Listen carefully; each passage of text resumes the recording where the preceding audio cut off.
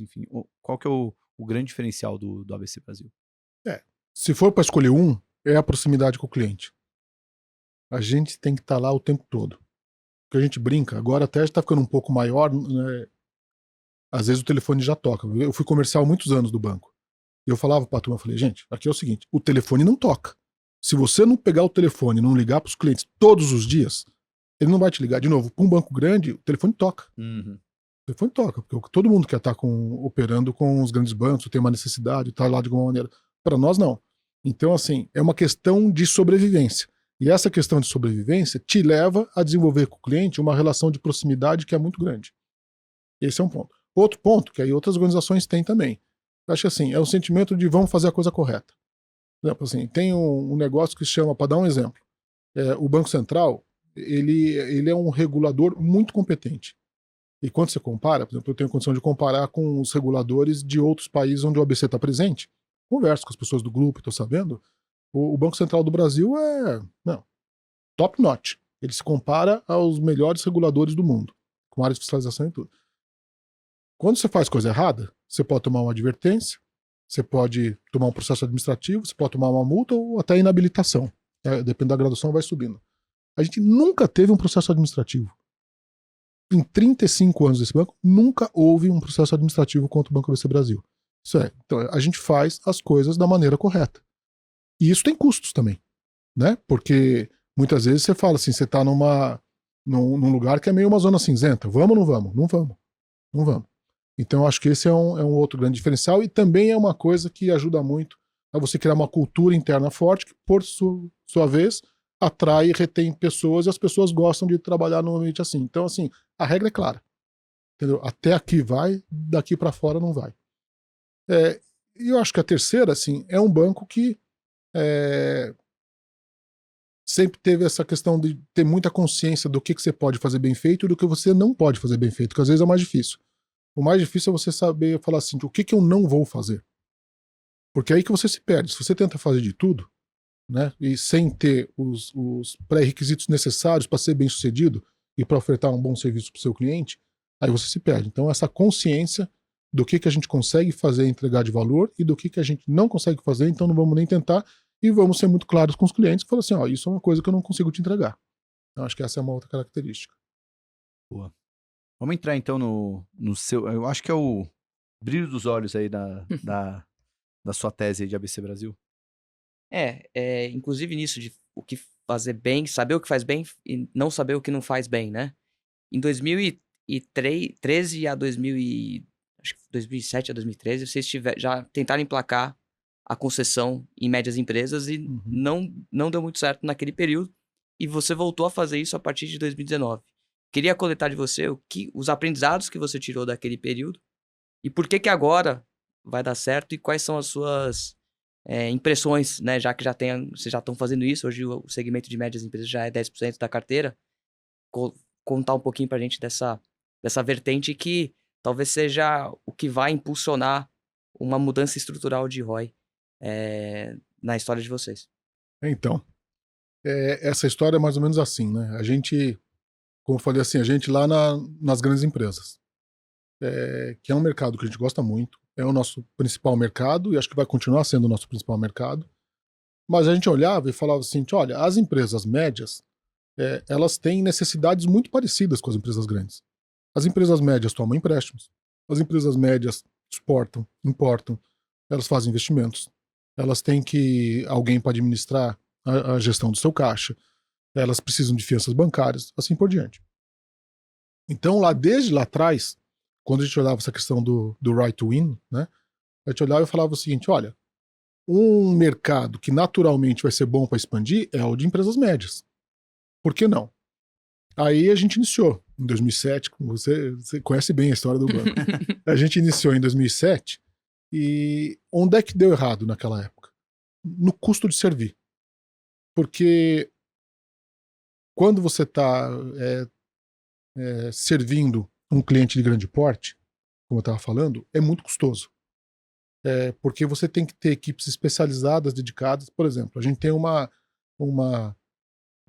tradição no banco onde todos os créditos são aprovados em comitê de crédito. Não tem alçada individual. Lá atrás era um único comitê. Quando a gente tinha 1.000 clientes, né? A gente conhecia todos os clientes. Você sentava lá na sexta-feira de manhã e ficava vendo os caras um por um. Pá, e passava. Quando você resolve ir para o middle market, o que acontece? Embora o spread seja mais alto do que nas empresas grandes, mas o custo de servir também é. E o volume de dinheiro que você empresta para o cliente é muito menor. Então, se pegar hoje, por exemplo, nas grandes empresas, que a gente chama de CIB, nós temos uma média de 70 milhões de reais por cliente. Nas empresas de middle market, nós temos 2. Então, mesmo que você tenha um spread maior, mas você tem um gerente de relacionamento, você tem um analista de crédito, você tem a contratação de operações, se tornava muito custoso. Naquela época, a gente fez uma conta, até você obviamente sabe, para os ouvintes, eu não sei se sabem, os bancos, um índice muito importante que a gente chama de índice de eficiência, que é um índice que mede quanto os seus custos representam em relação às receitas. Então, esse índice, quanto menor, melhor. Quanto maior, pior. O índice de eficiência do banco está na casa dos 30 e poucos por cento. Neste segmento, entre 2007 e 2013, ele era 90%. Isso significa o seguinte, que se eu tivesse inadimplência zero, que esse índice é calculado antes da inadimplência, se a inadimplência fosse zero, os custos de servir o cliente representavam 90% das receitas que ele gerava. Não precisa ser muito brilhante para saber que você não chega a lugar nenhum desse jeito. Uhum. E a gente olhou, a gente não conseguia ter uma maneira de reduzir esse índice para um patamar mais aceitável, porque o custo de você obter informações dos clientes era grande, o custo de você formalizar as garantias era muito grande, o custo de contratar mesmo as operações, emitir contrato, mandar, era muito grande, de maneira que a gente olhou e falou assim, isso daqui é um negócio que pra gente não vai dar certo. A gente saiu. O tempo foi passando, né? Aí aconteceram 2 coisas. Aquela velha história de riscos e oportunidades, né? Que todo mundo fala, mas que é assim que a vida é mesmo. Começaram a acontecer alguma coisa. Primeiro, do ponto de vista dos riscos, a gente começou a ver, principalmente depois da crise financeira de 2008, os bancos centrais sendo muito mais exigentes, Basileia III, no nível de capital que as organizações tinham que ter. Então você não só precisava ter mais capital, como você passou a alocar mais capital do que antes para cada operação que você fazia. E isso diminui o retorno, né? Se você utiliza mais o capital para fazer a mesma operação, o retorno sobre aquele capital diminuiu. De outro lado, a desintermediação financeira começando a ocorrer para grandes empresas, o que já era uma realidade nos Estados Unidos, na Europa veio logo em seguida, no Brasil também começou a ver, o que é ótimo, né? É muito virtuoso isso, o mercado de capitais se desenvolvendo, mas que também botava uma pressão nos spreads bancários. Em terceiro, as empresas se tornando mais transparentes. De novo, ótimo, virtuoso, é muito bom. A tua vantagem comparativa em avaliar bem créditos de grandes empresas começa a valer um pouco menos, porque as empresas estão mais fáceis de serem avaliadas. Isso fazia com que houvesse, e a gente pegou na época, isso foi 2018, 2019, a gente pegou um estudo numa consultoria que mostrava, um artigo publicado, né, que nem contratamos uma consultoria, que mostrava o retorno, o ROE, de bancos, corporate banks, parecidos com a gente, nos Estados Unidos e na Europa, ao longo do período de 10 anos, desde 2008 até 2018, 2019. Era um retorno declinante lentamente. Então você tinha, nos Estados Unidos, uma média de ROE de 8% desses bancos em 2018 e 2019, na Europa 6%. E a gente olhava para cá, aquele negócio de falar assim, isso também vai acontecer no Brasil, de alguma maneira. E o que é uma situação ruim, que eu brincava com a turma lá, o Ricardo estava junto também fazendo essa análise, de falar o seguinte, olha, vai ser uma morte lenta e dolorosa, não é morte súbita, porque o negócio está bem, você tem bons clientes, a carteira está de boa qualidade, você tem bom fundo, tem tudo, mas são retornos decrescentes no tempo. Então esse era o lado da ameaça. No lado da oportunidade, o desenvolvimento da tecnologia que tinha havido nesses últimos 10 anos faziam com que a gente olhasse de novo para o middle market com uma possibilidade de servir esses clientes com um custo muito menor. Então eu vou dar alguns exemplos. Primeiro, obtenção de informações. Hoje você tem não só fontes públicas, como você tem fintechs especializadas, como você tem uma infinidade de fontes em que você consegue modelar o crédito de uma empresa de middle market antes mesmo de visitá-la. A visita continua sendo importante para você reafirmar aquilo que você estudou antes. Mas no estudo que você fez antes, num custo muito baixo, porque daí é tudo eletrônico, você já sai com uma boa ideia do que é aquela companhia. E do ponto de vista comercial é melhor ainda, porque você liga para a companhia, não é falando, escuta, aqui é do Banco ABC Brasil, eu queria marcar uma visita. Não, eu já estudei você, eu já entendi isso, eu tenho um limite pré-aprovado no valor de R$1,5 milhão, mas para isso eu preciso que você me receba e que confirme para mim algumas informações, eu precisar de algumas coisas a mais, tudo. É um approach comercial muito mais convincente. A parte de contratação, toda eletrônica, assinatura digital. A parte de cobrança de garantias, também com uma evolução enorme, né? A parte de cartão com a centralizadora de cartões, a parte de duplicata, hoje é tudo duplicata eletrônica. A parte de formalização de garantias de alienação fiduciária de imóveis, essa ainda tem a questão dos cartórios, tudo, mas funciona muito melhor do que funcionava lá atrás. Uma melhora na legislação que permita que você recupere melhor as garantias, e o middle market é um mercado que opera muito colateralizado. Então essas questões todas, e mais o aprendizado passado, a gente falou assim, agora dá para a gente aprender, dá para a gente atender esses clientes com um custo menor, mas vamos construir uma esteira diferente daquela. Porque outro erro foi o seguinte, lá atrás a gente falou assim, a gente fez o middle um mini corporate, era a mesma esteira. Era a mesma área de produtos, era a mesma área de crédito, era o mesmo comitê de crédito, era a mesma área de formalização. A gente falou, não, agora a gente tem que construir esteiras específicas, né? Que a gente chama de swim lanes, das raias de natação. Então, clientes diferentes vão ter tratamento. Então, no middle market, você tem contratos mais padronizados. Você não consegue negociar contrato por contrato. Quero discutir a cláusula 4.3. Não dá. Você tem produtos também que são um pouco mais padronizados. Você tem esteiras de crédito mais automatizadas, continua sendo em comitê, mas o comitê só chancela aquilo que a modelagem que foi feita de maneira eletrônica está te indicando, e são comitês que têm pessoas mais júniores. Então isso fez com que você tivesse cash management, que é uma coisa importante, que lá em 2010, falo lá em 2010, parece fazer um grande tempo, né?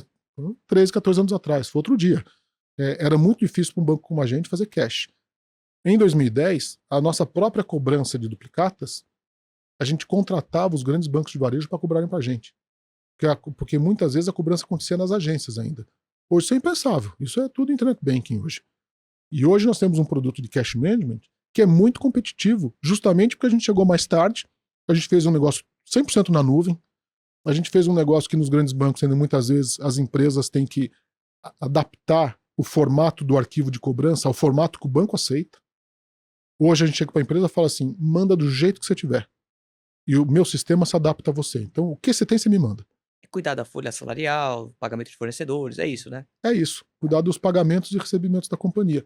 O que não só dá uma rentabilidade, que é um serviço que você presta e você cobra, mas te dá um conhecimento da realidade da empresa muito maior. Porque imagina assim, seja uma empresa ou uma pessoa, eu consigo descrever tua vida se eu souber tudo que você paga e tudo que você recebe. Porque você paga a escola do teu filho, você paga o condomínio, você paga o IPVA do carro, você paga um restaurante, você paga o que quer que seja, comprou uma roupa. Então, seja uma pessoa jurídica ou uma pessoa física, quando você tem o conhecimento de tudo que ele paga e de tudo que ele recebe, você entende de fato quem ele é. Então, também trouxe para nós, além da rentabilidade, uma inteligência de conhecimento dos clientes maior, né? Então, a gente foi para esse caminho do middle que está sendo muito bem sucedido. Hoje o middle já é um negócio rentável, como você disse, ele representa 10% da carteira, já é mais do que 50% dos clientes do banco, são 2.500 clientes mais ou menos no middle market, num mercado que tem mais de 30 mil companhias. Então, assim, a gente tem muito espaço ainda para crescer e para conquistar e para agregar rentabilidade. Porque, por enquanto, embora o custo de serviço já esteja mais baixo do que era, mas ele ainda é um segmento que é detrator de ROI para o banco. Hoje, se o middle não existisse, nosso ROI seria maior do que é, porque ele ainda não chegou na escala que ele precisa chegar. Mas ele vai chegar rapidamente, porque ele já ultrapassou o break-even, ele já é rentável, embora com uma rentabilidade ainda um pouco menor, por conta da estrutura que foi montada, de sistemas, de investimento, de tudo que é isso que eu estou contando para vocês, para a gente atender bem esses clientes. De agora para frente, as receitas marginais são muito mais expressivas do que os custos marginais, porque a infraestrutura está colocada. Isso que é um ponto importante. Né? Boa.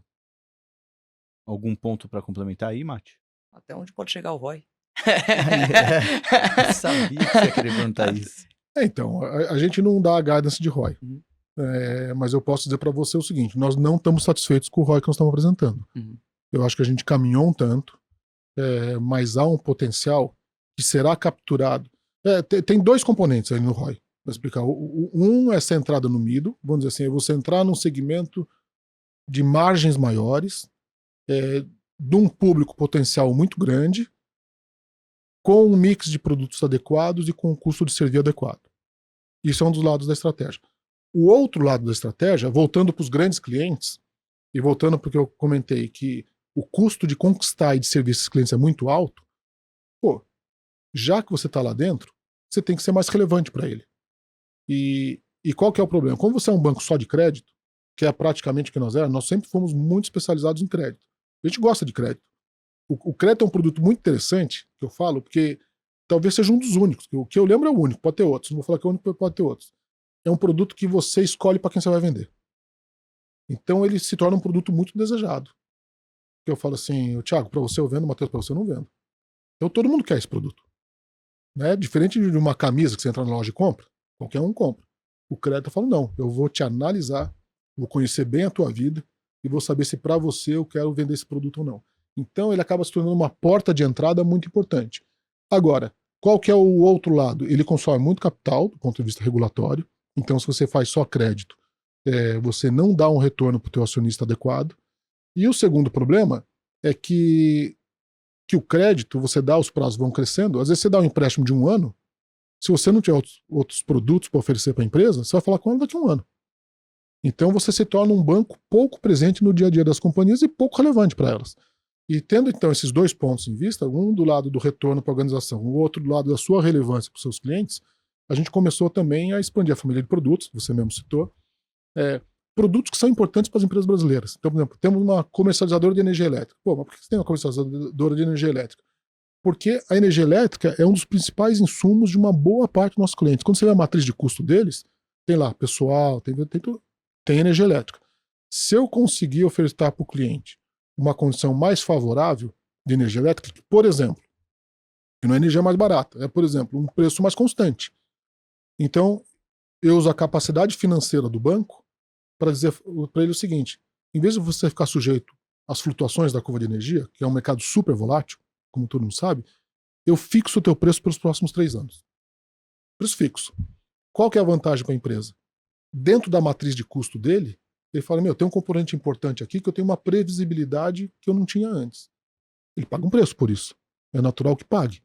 O banco tem uma capacidade financeira de, sem se descasar, falar assim, eu vou comprar no mercado mais volátil, tem instrumentos de hedge, eu vou me hedgeando e eu vendo para o cliente na parte fixa. Do lado do gerador, nós temos muitos clientes que são geradores, dos 30 maiores geradores de energia elétrica do Brasil, 23 são clientes nossos.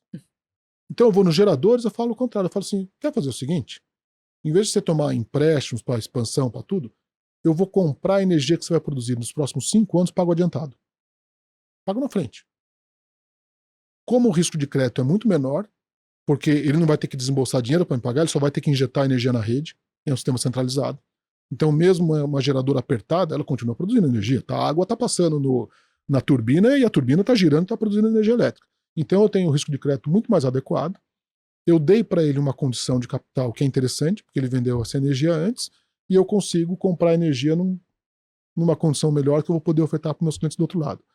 E isso, outras iniciativas. Fizemos uma corretora de seguros, por exemplo, a gente exigia de muitos clientes, nossa, eu faço plano empresário. A gente financia hoje uns 83, 84 edifícios residenciais pelo Brasil todo, muito forte em São Paulo, e a gente exige para financiar que essas incorporadoras apresentem uma família de seguros. Para se der algum problema na obra, eu estar segurado. Por que não a gente mesmo já ofereceu o pacote todo? Então montamos uma corretora de seguros, o negócio está indo muito bem, foi montado há praticamente 2 anos atrás, e vai super bem. A parte de banco de investimento, de assessoramento às companhias, né? Quer dizer, você é um banco que está tão presente, eu estou lá com o cara 5 anos, 6 anos, 7 anos, 10 anos, 15 anos. Nos momentos mais importantes da vida dele, que é quando ele vai abrir capital, quando ele vai emitir uma debênture e tudo, eu não vou participar. Eu tenho a credibilidade de estar próximo dele. Muitas vezes eu não sou o maior banco no sindicato, por conta de tamanho, mas as empresas nos colocam e falam assim, este é um banco que nos conhece, que a gente confia, que está com a gente há 15 anos, que me trouxe até aqui eu quero que ele participe do deal. Então, expandimos bastante a parte do banco de investimento também, é um negócio que a gente está expandindo não só a família de produtos, como a atividade dentro dos próprios produtos, né? Então, são essas duas vertentes. Uma está em segmentos de margem mais alta. A outra é, nos clientes que eu já conquistei, eu sou um banco mais relevante, com produtos que consumam menos capital e que dessa maneira consigam agregar retorno para o banco. Nessa parte final da fala do Sérgio, me lembrou muito o episódio que a gente fez no final do ano sobre Nubank, né? Porque um ceticismo ali dos investidores com o Nubank é o quanto que os clientes de fato são rentáveis ali para o banco, né? E, obviamente, são clientes totalmente diferentes, mas o Nubank tem conseguido mostrar que aqueles clientes que estão há mais tempo com o banco, pela conexão que teve, ele fica também mais disposto a fazer o que a gente chamaria de um upsell, né? Ao invés de simplesmente ter a conta ali, ele vai ter um outro serviço, vai contratar alguma coisa, até por essa conexão.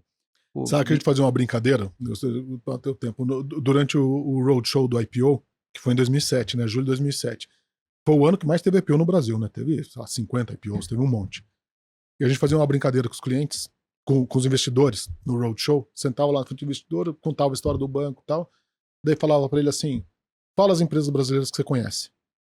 E ele conhecia aquelas que estavam fazendo IPO. Ah, tal incorporadora.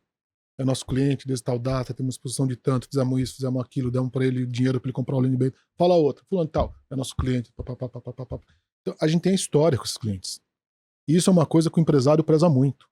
Porque, e eu vou dizer outra coisa também, a história não quer dizer que eu estou sempre lá, porque eu tenho que me preocupar em proteger os recursos do meu acionista. Então, num relacionamento de longo prazo com uma companhia, um banco de crédito, muitas vezes você dá más notícias para o cliente. Você fala assim, tipo, olha, deixa eu explicar uma coisa. Eu acho que a tua situação está piorando por conta disso, daquilo. Aí ele vai contra-argumentar. Eu vou reduzir meu exposure. Eu vou ter que reduzir. Eu vou ter que sair de você. Vamos fazer isso de uma maneira organizada. Vamos combinar como é que a gente sai. Vamos fazer um escalonamento. Me agrega um pouco mais de garantia aqui. E os clientes respeitam isso.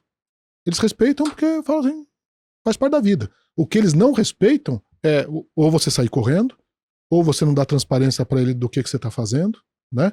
Ou você sai, depois você volta, depois você sai, depois você volta. Não, se você tiver uma coerência no relacionamento, é uma coisa que você traz a notícia que teoricamente é ruim e que pode até ajudá-lo. Já teve cliente que falou assim, putz, o teu comercial veio aqui, me falou que vocês estavam cortando limite por isso, isso, aquilo, e eu fui olhar e falei assim, puta, ele tinha razão. E a gente tomou medidas corretivas aqui na empresa.